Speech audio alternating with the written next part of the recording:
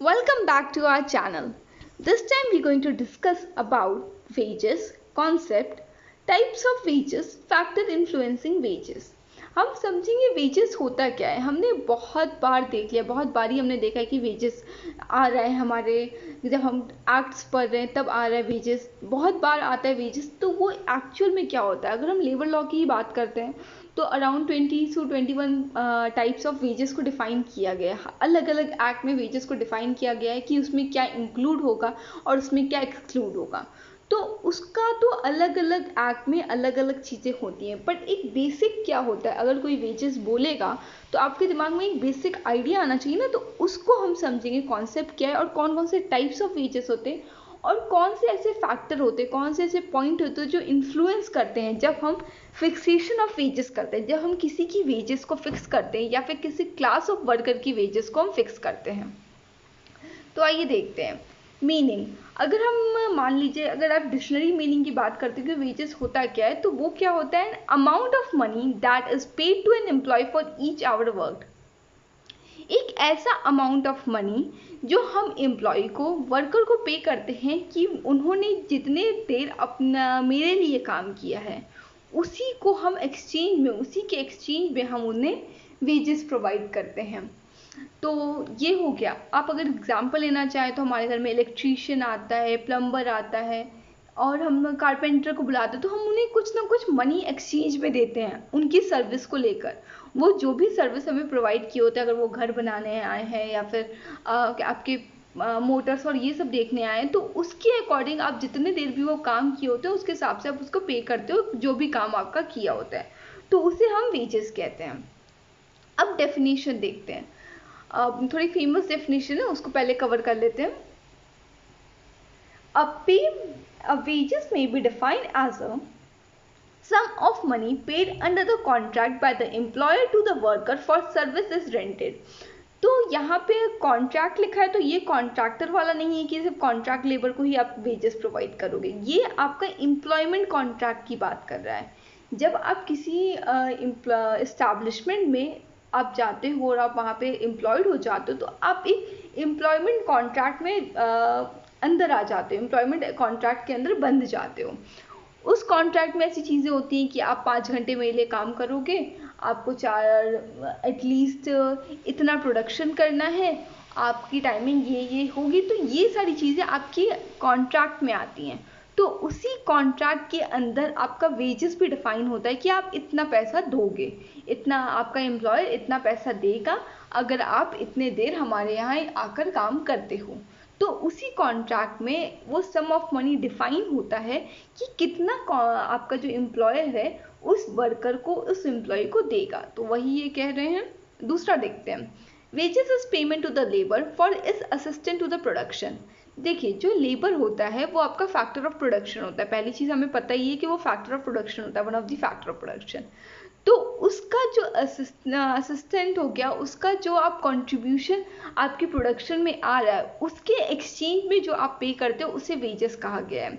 ये A.H. हसन ने कहा था कि जो हमारा फैक्टर ऑफ प्रोडक्शन में जो वो कंट्रीब्यूट कर रहा है लेबर, उसके एक्सचेंज में हम उसे वेजेस प्रोवाइड करते हैं. ठीक है. अब नेक्स्ट हम देखते हैं. Wage rate is a price paid for use of labour. तो वेज रेट एक ऐसा प्राइस होता है कि जो हम लेबर को यूज़ करते हैं, उसके लेबरर को जो हम यूज़ कर रहे हैं उसको हम पे करते हैं, उसके एक्सचेंज में हम जो भी पैसा उसको देते हैं उसे हम वेज कहते हैं. लास्ट है, a wage is a price, it is a price paid by the employer to the worker on account of labour performed. तो ये कह रहे हैं ये एक प्राइस है. कौन पे करता है? एम्प्लॉयर करता है उसके अपने वर्कर को on account of a labour performed. जो भी लेबर परफॉर्म किया, जो भी वो काम किया है, उसके अकाउंट पे उसको देखते हुए आपका जो एम्प्लॉयर है आपको पे करेगा, उसी पेमेंट को हम वेजेस कहेंगे. J.R. टर्नर ने कहा था. तो ये 4 इंपॉर्टेंट डेफिनेशन है, आप एक बार देख लीजिए. अब definition of wages under the act, मैंने बताया था कि जितने भी डेफिनेशन होते हैं उसमें कुछ ना कुछ इंक्लूड और एक्सक्लूड होता है अकॉर्डिंग टू द चॉइसेस, या फिर आप कह सकते हो कि जैसा भी आपके एक्ट में डिफाइन है. तो हम पहले मिनिमम वेजेस की बात करेंगे. मिनिमम वेजेस एक्ट में क्या डिफाइन किया है? ये इंपॉर्टेंट डेफिनेशन है क्योंकि मोस्टली एक्ट में ये वाली डेफिनेशन कवर की जाती है। तो देखते हैं, according to section 2H of the Minimum Wage Act 1948, the term wages mean all the remuneration capable of being expressed in the term of money, which would, if the term of the contract employee expressed or implied were fulfilled by the payable to the person employed in respect of the employment or work done in such employment including HRA। तो ये कह रहे हैं कि ये सारी remuneration होती है जो आप देते हो इन टर्म ऑफ मनी। आप वेजेस को तो मनी के टर्म में देते हो ना, कि 10 रुपये, 20 रुपये, 1000 रुपये, 100 रुपये, जो भी आप दोगे वो तो मनी के टर्म में दोगे। तो वही रेमुनरेशन, जितनी भी ऐसी रेमुनरेशन आप किसी एक वर्कर को दे रहे हो जो आप पैसे के फॉर्म में दे रहे हो, और किस लिए आप दे रहे हो, क्योंकि उस बंदे ने, उस लेबर ने आपके लिए कुछ ना कुछ काम किया है, वो उसने कुछ सर्विस प्रोवाइड की है, और वो आपका कॉन्ट्रैक्ट ऑफ जो एम्प्लॉयमेंट होती है उसके अंदर कवर होता है।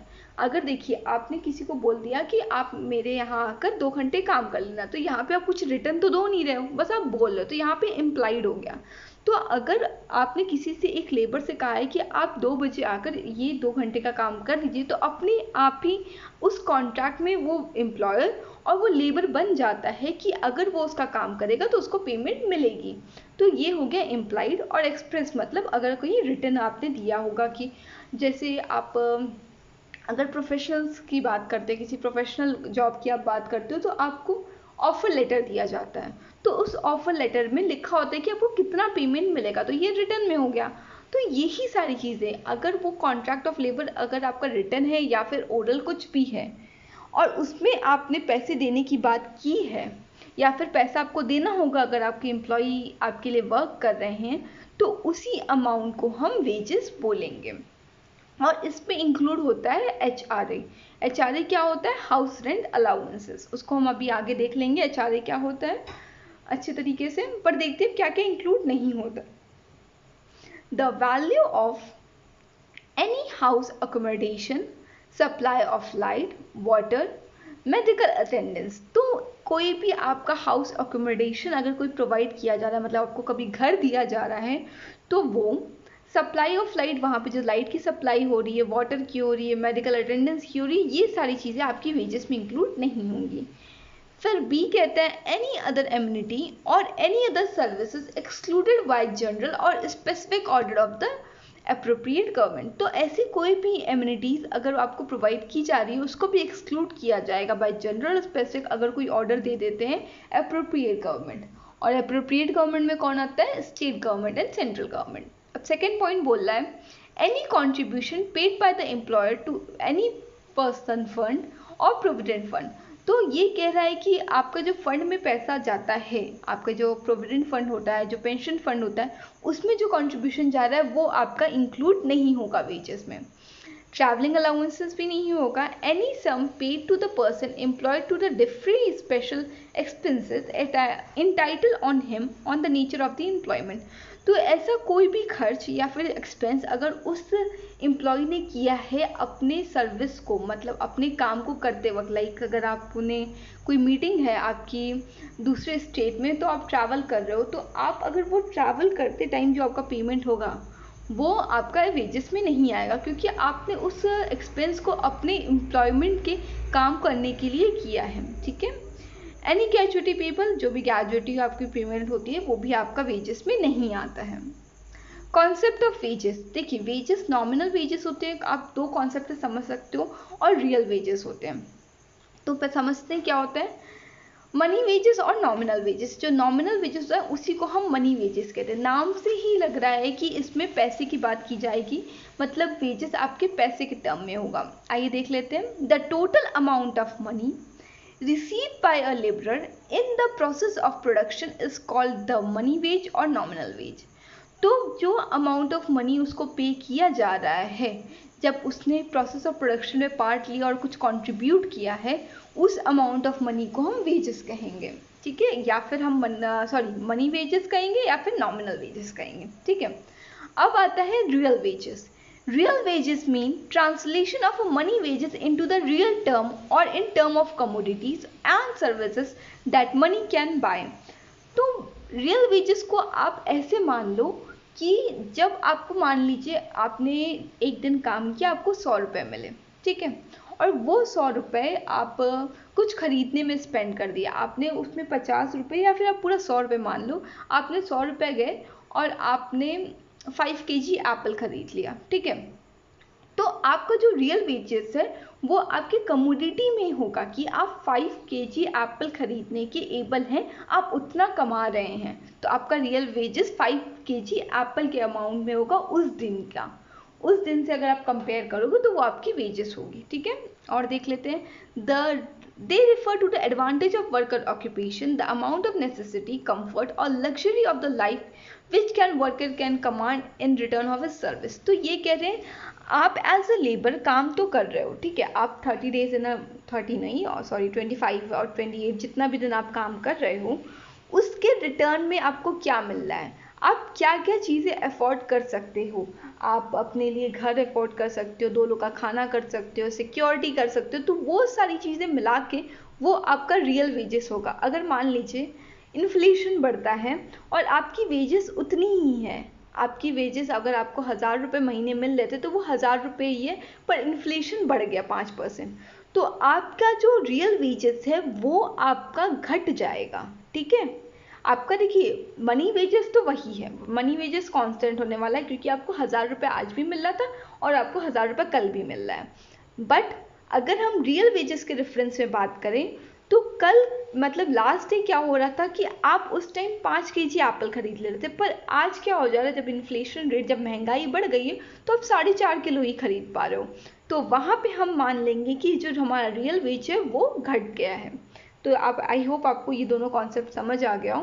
अब देखते हैं टाइप्स ऑफ वेजेस। अब वेजेस किस किस तरीके से आप पे कर सकते हो। पहला है पीस वेजेस, जब कोई एम्प्लॉयर अपने एम्प्लॉई या वर्कर को उसके आउटपुट के अकॉर्डिंग आपको पे करे, मतलब कि जो नंबर ऑफ आउटपुट वो दे रहा है। कभी कभी क्या होता है, आप कोई ऐसे प्रोडक्शन लाइन में चले जाइए जहाँ पे आपकी पैकेजिंग हो रही है, मान लीजिए कुछ पैकेजिंग का काम है, तो वो आपका एम्प्लॉयर कहेगा अगर तुम 100 पैकेट पैक कर लोगे तो तुम्हें दिन का हम 200 रुपये दे देंगे, तो वो आपका पीस वाइज होगा। अगर आप 100 करोगे तो आपको 200 रुपये मिलेंगे, मतलब 2 रुपये पर पीस आपको मिलेगा। अगर आपने 200 की जगह 300 कर दिया तो ऐसा नहीं आपको 200 रुपये दिएगा वो एम्प्लॉयर आपका। अब आपका अमाउंट जो कैलकुलेट होगा वो 300 के हिसाब से होगा, मतलब 600 रुपये आपको उस दिन का मिलेगा। तो ये होता है पीस वेजेस। पढ़ लेते हैं, according to work done by the worker, जितना आप काम कर रहे हो, जितना पीस आप प्रोड्यूस कर रहे हो या फिर जो भी आप कर रहे हो, पैकिंग कर रहे हो या फिर वो कर रहे हो, आप किसी चीज़ को जोड़ रहे हो, मोल्ड कर रहे हो, कुछ भी XYZ, तो उसमें आपको पीस वेजेस मिलता है। टाइम वेजेस क्या होता है, अकॉर्डिंग टू टाइम, आप कितना टाइम दे रहे हो, जैसे आप 8 घंटे आ रहे हो तो आपको इतना मिलेगा, अगर आप दिन का 4 घंटे आके काम कर रहे हो तो आपको इतना मिलेगा, मतलब according to time you spend on the your work place, उसे हम टाइम वेजेस कहेंगे। अब आता है cash wages, wages paid to the labour in the term of money, जब हम मनी के टर्म में हम किसी पर्सन को पे करते हैं, जैसे कोई बंदा आया और आपने उसको अपने अंदर एम्प्लॉय किया हुआ है और आप हर महीने उसे कुछ पैसे देते हो, 1000 रुपये, 5000, 10,000, जितना भी आपका उसका वेजेस आप उसको पे करते हो इन द टर्म ऑफ मनी, तो हम उसे कहेंगे कैश वेजेस। पर वेजेस इन काइंड क्या होता है, जब आप उसको कैश ना दे के कुछ सामान दे देते हो, जैसे आप कुछ मान लीजिए आपके यहाँ क्या बताऊँ, जैसे आपके यहाँ बिस्किट बनती है, ठीक है, बिस्किट या कुकीज़ बनती हैं और आपके यहाँ पैकिंग का काम करने के लिए कुछ परमानेंट वर्कर या फिर कुछ आपके टेम्प्रेरी वर्कर आते, तो आप इनसे कहोगे कि मेरा 10 पैकेट पैक कर दो, तो तुम 2 पैकेट ले जाना। तो ये क्या होगा, आप उसको पैसे ना दे के आप कमोडिटी दे रहे हो, ठीक है, तो यहाँ पे हो जाएगा वेजेस इन काइंड। अब कॉन्ट्रैक्ट वेजेस क्या होता है, the wages are fixed in the beginning of the complete work. Contract, जो कॉन्ट्रैक्ट पे आप काम करवाते हो कि अगर 500 पीस आप बना लेते हो, 500 पीस का आपको 1000 रुपये मिलेगा, तो आप वो 500 पीस एक दिन में बनाओ, 2 दिन में बनाओ या फिर हाफ डे में बना दो, बट आपको मिलेगा उतना ही, ना इसको पीस वाइज मिल रहा है आपको, ना आपको टाइम वाइज मिल रहा है, आपको कॉन्ट्रैक्ट बेसिस पे मिल रहा है, ठीक है। तो ये आपका कॉन्ट्रैक्ट वेजेस हो जाता है। अब फैक्टर इन्फ्लुएंसिंग वेजेस, और ऐसे कौन कौन से फैक्टर होते हैं जब आप वेज फिक्सेशन कर रहे हो। अगर आप एम्प्लॉयर के पॉइंट ऑफ व्यू से समझोगे तो अगर जब कोई एम्प्लॉयर अपने वर्किंग क्लास का किसी लेबर का कुछ फिक्स करता है, तो वो कौन कौन से फैक्टर होते हैं जो उसके वेजेस को फिक्स करने में इन्फ्लुएंस करते हैं और उससे वेजेस में कुछ चेंजेस आ सकते हैं। तो 8 फैक्टर होते हैं। एबिलिटी टू पे, पहला उस ऑर्गेनाइजेशन की, उस बंदे की जो आपका एम्प्लॉयर है, उस मैनेजर की कितनी एबिलिटी है, कितना बजट है आपको पे करने का। अगर मान लीजिए आपका ऑर्गेनाइजेशन में 2 लोग सिर्फ काम करते हैं, ठीक है, ऑर्गेनाइजेशन नहीं, हम शॉप मान लेंगे, एक छोटी सी शॉप है, वहाँ 2 लोग काम करते हैं और आपकी जो डेली इनकम है वो मान लीजिए 1000 रुपये है। तो आप 2000 रुपये तो अपने एम्प्लॉय को नहीं दे सकते ना। सिंपल सी बात है, आप अपने एम्प्लॉयज़ को 2000 रुपये, आपका बजट नहीं होगा पर डे पे करने का, क्योंकि आपकी 1000 रुपये इनकम है। तो कुछ सारे एम्प्लॉय का, सबका अपना अपना बजट होता है कि वो कितना रुपये पे करना चाहते हैं। मान लीजिए उस शॉप का डेली वो सिर्फ आपको 300 से 400 रुपये ही दे सकता है, या फिर वो 300 रुपये ही एक दिन का एज अ वेज वो निकाल सकता है दोनों को मिलाकर। तो ये आपका क्या होगा, वो बजट होगा, उसकी एबिलिटी होगी। अगर वही जो एम्प्लॉय है, जो वर्कर था, जहाँ पे उस शॉप ने उसको 300 रुपये उसका बजट था, वो 300 रुपये दे रहा था, अब वो दूसरे शॉप में जाता है जहाँ पे काफ़ी बड़ी दुकान है, तो वो अफोर्ड कर सकते हैं कि वो उसे 500 रुपये पर डे दें। तो वो वहाँ पे कौन सा फैक्टर इन्फ्लुएंस किया, वहाँ पे फैक्टर इन्फ्लुएंस किया एबिलिटी टू पे। कितनी एबिलिटी है उस ऑर्गेनाइजेशन की, उस एम्प्लॉयर की, कि वो कितना पे करता सकता है अपने एम्प्लॉय को। तो फर्स्ट फैक्टर हो गया डिमांड एंड सप्लाई। अब उस टाइप ऑफ लेबर की, या फिर उसके पास जो स्किल है, वो जो काम कर रहा है, उसकी कितनी डिमांड है मार्केट में। अब मान लीजिए अगर आप सॉफ्टवेयर के फील्ड में जाते हो तो टाइम टू टाइम कुछ चेंजेस आते रहते हैं, आपकी लैंग्वेज में चेंज आता है, आपके प्रोग्रामिंग में चेंज आता है। तो जैसे जैसे आपके चेंजेस आ रहे हैं, एट द टाइम पास होता है, तो जो पुराने वाले आपके लैंग्वेजेस होते हैं वो एब्सोल्यूट हो जाते हैं, वो गायब होते जाते हैं, अब उतना कोई यूज़ नहीं कर रहा है। तो आपको अपनी नॉलेज को अपडेट करना होता है। तो अगर आपने अभी कोई लेटेस्ट लैंग्वेज निकली है, कोई लेटेस्ट प्रोग्रामिंग निकली है और उस किसी बंदे ने वो सीखा हुआ है, तो उसकी जो डिमांड होगी वो हाई होगी और सप्लाई लो है, तो वहाँ पे उस एम्प्लॉय का जो आपका पेमेंट होगा वो हाई होगा, उसको ज़्यादा पैसे मिलेंगे, क्योंकि बहुत कम लोग हैं जो उसको नई लैंग्वेज आती है। तो वही होता है कि डिमांड कैसी है। अगर मान लीजिए आप कोई नॉर्मल सा लैंग्वेज है, जैसे जावा है आपके नॉर्मल उसमें कंप्यूटर साइंस में जावा सबसे आपके नॉर्मल लैंग्वेज आती है, तो जावा तो हर एक बंदे को आता है ना, और इसकी सप्लाई भी बहुत इजी, मतलब कि हर जितने भी सीएस के बच्चे होते हैं उनको आता है। तो वहाँ पे क्या होगा, वहाँ पे जो डिमांड है वो इतनी ज़्यादा नहीं होगी और सप्लाई बहुत ज़्यादा होगी। तो उस एम्प्लॉय का अगर वो सिर्फ अपनी स्किल को एज अ जावा को लेके जाता है तो उसको ज़्यादा पेमेंट नहीं मिलेगी। तो यहाँ पे उसके स्किल के बेसिस पे, उसके स्किल में कितना डिमांड और सप्लाई है उस मार्केट में, उसके अकॉर्डिंग उसका जो पैसा होता है वो कितना अर्न कर सकता है, कैपेबिलिटी कितनी है उसकी अर्न करने की, वो यहाँ पे डिसाइड होती है। और वैसे ही पोजीशन में होती है, जैसे आप अगर नॉर्मल किसी स्किल नॉन स्किल वर्कर को बुला रहे हो लेबरर करने के लिए, लाइक सामान को वो करने के लिए, अब लोड करने के लिए और अनलोड करने के लिए, तो वहाँ पे कोई ज़्यादा स्किल की ज़रूरत नहीं है। तो डिमांड वहाँ पे कम होगी और सप्लाई बहुत ज़्यादा, क्योंकि कोई भी कर सकता है, लोड ही तो करना है, तो वहाँ पे कोई ज़्यादा स्किल की तो ज़रूरत नहीं है। तो वहाँ पे आपका जो वेज होगा वो कम होगा। बट अगर कोई मशीन में कोई वर्कर काम कर रहा है तो वहाँ पे उसकी जो वेज है वो हाई होगी, क्योंकि वहाँ पे स्किल की ज़रूरत है और मे बी वहाँ पे सप्लाई कम हो उस काइंड ऑफ वर्कर की। प्रिवेलिंग मार्केट रेट्स, अब मार्केट में क्या रेट चल रहा है किसी एक टाइप ऑफ वर्क का। मान लीजिए कारपेंटर का क्या रेट चल रहा है कि अगर आप टेबल बनवा रहे हो तो 500 रुपये में या 1000 रुपये में आपके टेबल बन जाएगा। अगर आप सामान ला कर दोगे, वुड ला कर दोगे, तो 1000 रुपये में आपका टेबल बन जाएगा। तो मार्केट में क्या रेट चल रहा है उसके अकॉर्डिंग भी वेज को हम लोग वो करते हैं, फिक्स करते हैं। नेक्स्ट है कॉस्ट ऑफ लिविंग। कितनी कॉस्ट ऑफ लिविंग है। अब ऐसा नहीं है ना आप 10 रुपये देकर, इस महंगाई में 10 रुपये देकर अपने लेबर को कह सकते हो कि नहीं हम इतना ही पे कर सकते, मेरी एबिलिटी इतनी है। आपकी एबिलिटी कैसी है ठीक है, हम लोग अग्री करते हैं, बट आप उतना तो पे करो ना कि उसकी कॉस्ट ऑफ लिविंग भी निकल जाए। तो इसलिए मिनिमम वेजेस एक्ट आया था और वो कॉस्ट ऑफ लिविंग के बेसिस पे एक रेट फिक्स कर देता है कि आपको इतना तो देना ही होगा। Bargaining of the trade union, बहुत सारे वहाँ पे इंडस्ट्रीज़ में, बहुत सारे इस्टेब्लिशमेंट में ट्रेड यूनियंस होते हैं जो बार्गेन करते हैं अपने एम्प्लॉयज़ को लेके, अपने वर्कर्स को लेके कि नहीं मुझे इतना रुपए चाहिए, मेरे एम्प्लॉयज़ इतने रुपए में काम करेंगे। तो उस पर भी डिपेंड करता है कि उस इंडस्ट्री के वेजेस कितने होंगे। प्रोडक्टिविटी, कितनी प्रोडक्टिविटी भी है आपके अंदर, वो उसके अकॉर्डिंग भी आपका वेज डिफाइन करेगा। गवर्नमेंट रेगुलेशन, जो मैंने बताया मिनिमम वेजेस, वो यहाँ पे आ जाएगा गवर्नमेंट के रेगुलेशन में कि गवर्नमेंट कभी ना कभी मतलब काफ़ी बारी वो फिक्स कर देती है इतना वेजेस तो आपको देना ही है, या फिर इतना परसेंट तो रिडक्शन जाएगा ही जाएगा आपका पीएफ में। तो वो सारी चीज़ें भी आपको वेज को इन्फ्लुएंस करती हैं। और कॉस्ट ऑफ ट्रेनिंग, कितना आप ट्रेनिंग में कॉस्ट दे रहे हो तो उसके अकॉर्डिंग भी आप वेजेस को डिफाइन करते हो।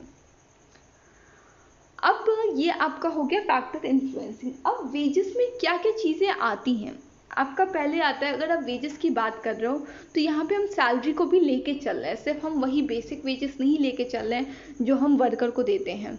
क्योंकि आप जब भी आप वेजेस की डेफिनेशन देखोगे तो वहाँ पे आपको अलाउंसेस भी होते हैं, वहाँ पे आपके जितने भी फ्रिज बेनिफिट भी होते हैं, तो ये सारी चीज़ें आपको सैलरी में होता है और वेजेस में भी होता है। इसलिए हम दोनों को साथ में लेके चलेंगे, या फिर आप दोनों को इस पॉइंट ऑफ व्यू में सेम मान लीजिए। Basic salary, basic salary is the base income of an employ compromising of 35 to 50% of the total salary. तो ये जो आपका बेसिक सैलरी होता है वो 35% से 50% हो सकता है, जिसे हम बेसिक वेजेस कहते हैं। It is a fix amount that paid prior to an reduction और increase due to bonus, overtime और अलाउंसेस। ये आपको एक ऐसा फिक्स्ड अमाउंट होता है कि रिडक्शन से पहले और किसी एडिशन के पहले, आप डिडक्शन नहीं किए होते उसके पहले ही जो आपका बेसिक अमाउंट होता है उसी को हम कहते हैं बेसिक सैलरी। अब देखते हैं अलाउंसेस क्या होता है। ये आपका एडिशनल पैसे होते हैं जो आप एम्प्लॉयर पे करता है, क्योंकि उसकी रेगुलेशन जॉब ड्यूटी में वो सारी चीज़ें इंक्लूडेड होती हैं। अब कौन कौन से अलाउंस होते हैं, डीए होता है, एचआरए होता है, कन्वीनियंस अलाउंस होता है, ट्रैवलिंग अलाउंसेस होता है, मेडिकल अलाउंस होते हैं, और कुछ और भी अलाउंसेस होते हैं बट इतने इंपॉर्टेंट है तो इसको देख लेते हैं। डियरनेस अलाउंस क्या होता है, इसे महंगाई भत्ता कहते हैं, मतलब कि जैसे जैसे इन्फ्लेशन रेट बढ़ता है वैसे ही डीए का परसेंटेज इंक्रीज होता है। तो देख लेते हैं। Dearness allowance is a certain payment percentage of a basic salary paid to employee aimed to the migrating fee of the impact of inflation। तो ये कह रहे हैं वही कि ये एक सर्टेन परसेंटेज होता है आपके बेसिक सैलरी का, जो इन्फ्लेशन, जो महंगाई को कोप अप करने के लिए एम्प्लॉयर अपनी एम्प्लॉय को देता है, तो उसे हम डियरनेस अलाउंस कहते हैं। एचआरए क्या होता है, ये हाउस रेंट अलाउंस होता है, is that component of the salary which is paid to employee for meeting the cost of renting a home। अगर आप माइग्रेट करके हो या फिर आप कुछ भी XYZ आपका रीज़न और आप हाउस आपका रेंट पे है, तो उसको पे करने के लिए, उसकी कॉस्ट को मीट करने के लिए आपका एम्प्लॉयर आपको पे करेगा अलाउंसेस, उसे हम HRA बोलते हैं, मतलब हाउस रेंट अलाउंसेस। अब कन्वीनियंस अलाउंसेस क्या होता है, नाम से ही लग रहा है कि आप जो ट्रांसपोर्टेशन में आपको जो अलाउंसेस प्रोवाइड की जाएंगी उसे कन्वीनियंस अलाउंस कहते हैं। देख लेते हैं। Also known as transportation allowances is the kinds of allowances offered by the employer to their employee to compensate for their travel expenses to and their residence and the workplace। तो उसके घर से office तक का आने का जो खर्च है उसको जो आप कंपनसेट किया करता है वो एम्प्लॉयर, उसे हम कन्वीनियंस अलाउंस कहते हैं। Excuse me. Medical allowances, medical allowances is the fixed allowances paid to employ for an organization to meet their medical expenses. तो मेडिकल एक्सपेंसेस को मीट करने के लिए जो अलाउंसेस पेड किए जाते हैं उसे मेडिकल अलाउंसेस कहते हैं। ग्रेजुइटी तो मैंने आपको बता दिया है कि वो एक लमसम पेमेंट होता है जो एक एम्प्लॉयर अपने एम्प्लॉय को देता है on the time of retirement, उसे हम ग्रेजुइटी कहते हैं। और एम्प्लॉय प्रोविडेंट फंड, नाम से ही लग रहा है कि एक फंड होता है जो एम्प्लॉयर बनाता है। वैसे एम्प्लॉयर नहीं बनाता है, आप कह सकते हो गवर्नमेंट ने एक रेगुलेशन बनाई है जिसे हम पीएफ एक्ट कहते हैं। उस रेगुलेशन के अंदर आपको एज ए एम्प्लॉयर एक फंड बनाना होता है, एक फंड में कंट्रीब्यूशन कलेक्ट करना होता है अपने एम्प्लॉय के लिए कि अगर मान लीजिए कुछ दिस एंड दैट फ्यूचर में हो जाता है, कुछ ऐसे सिचुएशन आ जाती है जहाँ पे मेडिकल इमरजेंसीज हो गई या फिर कोई भी उसको पैसे की ज़रूरत पड़ती है तो वो उसे फुलफ़िल कर सके और उस सिचुएशन से वो कोप अप कर सके। तो उसी फंड को हम एम्प्लॉय प्रोविडेंट फंड कहते हैं। और उसी फंड के लिए जो कंट्रीब्यूशन जाता है उसे आप एम्प्लॉय प्रोविडेंट फंड कंट्रीब्यूशन कहते हैं, जो 12% या फिर 10% एम्प्लॉय का कंट्रीब्यूशन हो सकता है, बट ये आपके बेसिक सैलरी में ऐड नहीं होता है। ठीक है, अभी हमने जब यहाँ पे पढ़ा था, रुकिए मैं आपको दिखा देती हूँ कहाँ क्या, उप्स, यहाँ पे देख लीजिए, यहाँ पे कोई भी ऐसी चीज़ें इंक्लूड नहीं होती हैं जो आपके कंट्रीब्यूशन होते हैं या फिर वो पेंशन के लिए कंट्रीब्यूशन हो गए या फिर आपके पीएफ के लिए कंट्रीब्यूशन है, वो आपके ऐड नहीं होंगे। और ग्रेजुइटी के में आपके जो होते हैं वो भी आपका ऐड नहीं होता है। तो ये आपका हो गया structure of wages. That's all, thank you. और अगर आपको नोट्स चाहिए तो नीचे आपके डिस्क्रिप्शन बॉक्स में लिंक है टेलीग्राम ग्रुप का, आप वहाँ पे जाकर आप वहाँ पे नोट्स और डेली क्विज के लिए आप एक्सेस कर सकते हो। और आप फेसबुक पेज है हमारा, वहाँ पे आप जाके उसको फॉलो कीजिए क्योंकि वहाँ पे हम अपडेट्स देते रहते हैं या फिर आपके अपडेट्स हो गए एडमिशन के रिगार्डिंग एंड एवरीथिंग वहाँ पे आपको मिलेंगे। That's all, thank you.